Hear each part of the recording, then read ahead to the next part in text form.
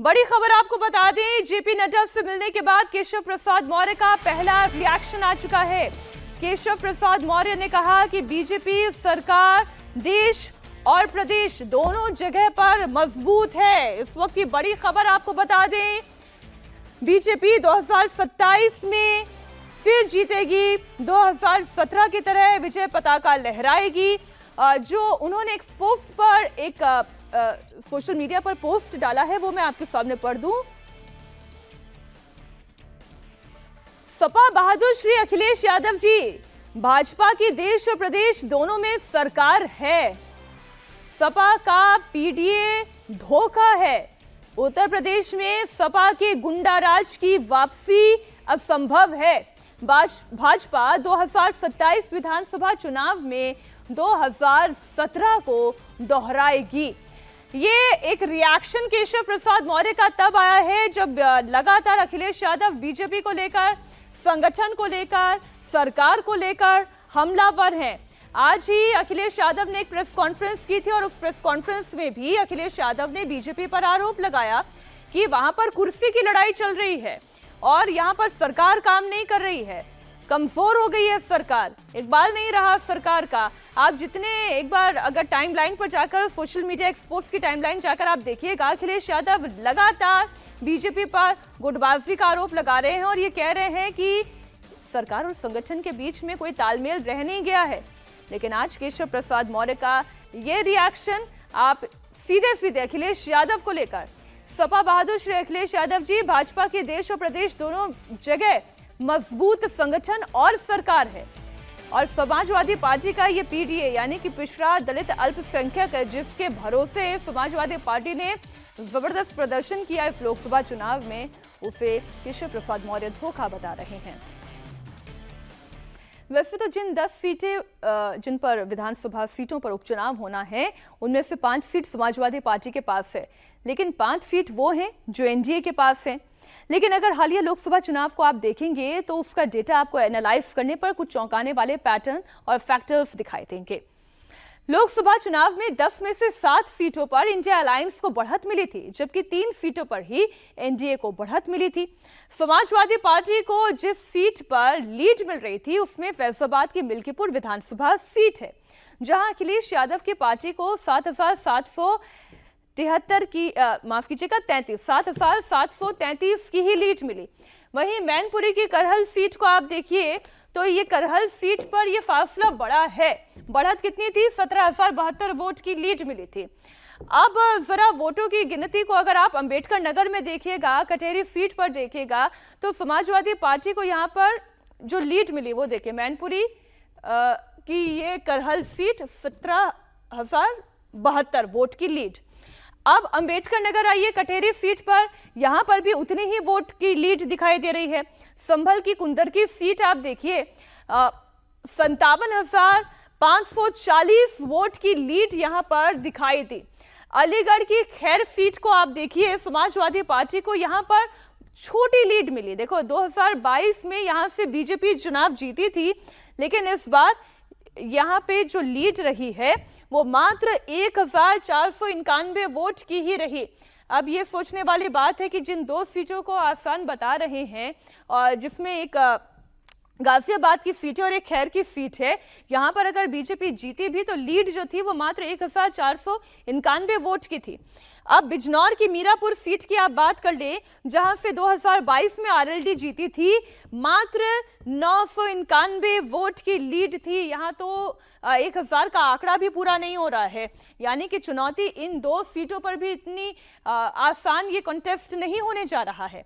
उत्तर प्रदेश में 10 विधानसभा सीटों पर उपचुनाव होने हैं और 2024 के लोकसभा चुनाव में जहां अखिलेश यादव की समाजवादी पार्टी को 6 सीट पर लीड मिली थी, तो वहीं बीजेपी को 2 सीटों पर, अपना दल और कांग्रेस को एक सीट पर लीड मिली थी। अब ये लीड कितनी थी वो भी आपको बता दें। गाजियाबाद लोकसभा सीट के गाजियाबाद विधानसभा क्षेत्र की बात कर लें, जहां पर बीजेपी को 73,905 यानी 73,905 वोट की लीड मिली। अब फूलपुर की बात कर लें, फूलपुर लोकसभा सीट के फूलपुर विधानसभा क्षेत्र में बीजेपी को 29,705 वोट की बढ़त मिली। मिर्जापुर की मझुआ विधानसभा सीट जो कि अनुप्रिया पटेल की लोकसभा सीट है, मझुआ में आप देखिए अपना दल को मात्र 1762 वोट की लीड मिली। अगर आप इन दो सीटों के कंपैरिजन में आप इस सीट की बढ़त आप देखिएगा तो काफी कम नजर आएगी। एक और क्षेत्र कानपुर की सीसामऊ सीट, जहां कांग्रेस को 26,475 वोट की लीड मिली। अब उत्तर प्रदेश के मंत्री संजय निषाद भी सीएम योगी की बैठक में शामिल थे। लोकसभा चुनाव में परिणाम को लेकर संजय निषाद ने कहा कि विपक्ष ने भ्रम फैलाने की कोशिश की और विपक्ष के भ्रम फैलाने की वजह से ही चुनाव में रिजल्ट पहले जैसा नहीं रहा। संजय निषाद ने कहा कि निषाद पार्टी का वोट बैंक बीजेपी के साथ है। लखनऊ में आज मुख्यमंत्री योगी आदित्यनाथ ने अपने मंत्रियों की मीटिंग बुलाई, जो बाई इलेक्शंस होने 10 सीट पर, उस पर बात हुई। हमारे साथ संजय निषाद जी हैं जो इस मीटिंग में शामिल थे। क्या हुआ पहले तो ये बताइए। अरे मीटिंग में माननीय मुख्यमंत्री जी हम लोगों का अभिभावक हैं, मार्गदर्शक हैं, दिशा निर्देश लेते हैं, चर्चा होती है विकास पर, अपने क्षेत्र के मुद्दों पर चर्चा हुई है और आगामी जो जैसे हम लोग आजमगढ़ और रामपुर जीते वैसे जीतेंगे, बनाई गई और उसपे जो जिम्मेदारी दी गई थी वहाँ की जिम्मेदारी क्या क्या हम लोग वहाँ हैं सब कुछ मुख्यमंत्री बता दिया गया। जैसे ये जो 10 सीट जहाँ बाई इलेक्शन होने हैं, आप लोग वहाँ पे गए, आप भी जैसे सीसामऊ के प्रभारी थे, तो आप लोगों ने अपनी रिपोर्ट दी होगी वहाँ मुख्यमंत्री योगी आदित्यनाथ को। क्या अलग अलग सीटवार उन्होंने चर्चा की, कैसे मीटिंग की? जिम्मेदारी अलग अलग है, हर सीटों का भौगोलिक स्थिति अलग अलग है, जातीय समीकरण अलग अलग है, उस पर चर्चा हो गई है और आगे भी हम लोग मिलकर चुनाव लड़ेंगे और जीतेंगे। तो क्या निकला मोटे तौर पे कि ये जो 10 सीट हैं जिसमें 5 समाजवादी पार्टी ने पिछली बार जीती थी, ये इन पे कैसे चुनाव लड़ा जाए? सारे लोगों ने जो बताया बता दिया ना, जिस तरीके पिछली बार हम लोगों ने आजमगढ़ रामपुर जीता था वैसे ये 10 सीट हम लोग जीतेंगे। तो पिछली बार से तो अब हालात बदल गए। जब आपने पिछली बार बाई इलेक्शन में गए थे तब बड़ी जीत हासिल हुई थी बीजेपी को लोकसभा चुनाव में, बाकी सारे इलेक्शंस बीजेपी जीतती हुई आ रही थी। इस बार स्थितियां फर्क हैं, लोकसभा चुनाव में बीजेपी ने वैसा परफॉर्म नहीं किया जैसी उम्मीद की जा रही थी। नहीं, बीजेपी परफॉर्म तो ठीक थी, लेकिन ये उम्मीद नहीं था कि कोई आदमी एक लंबे झूठ का कार्ड मतलब फेंक कर उसको वोट को ध्रुवीकरण करा लेगा, भ्रमित कर लेगा।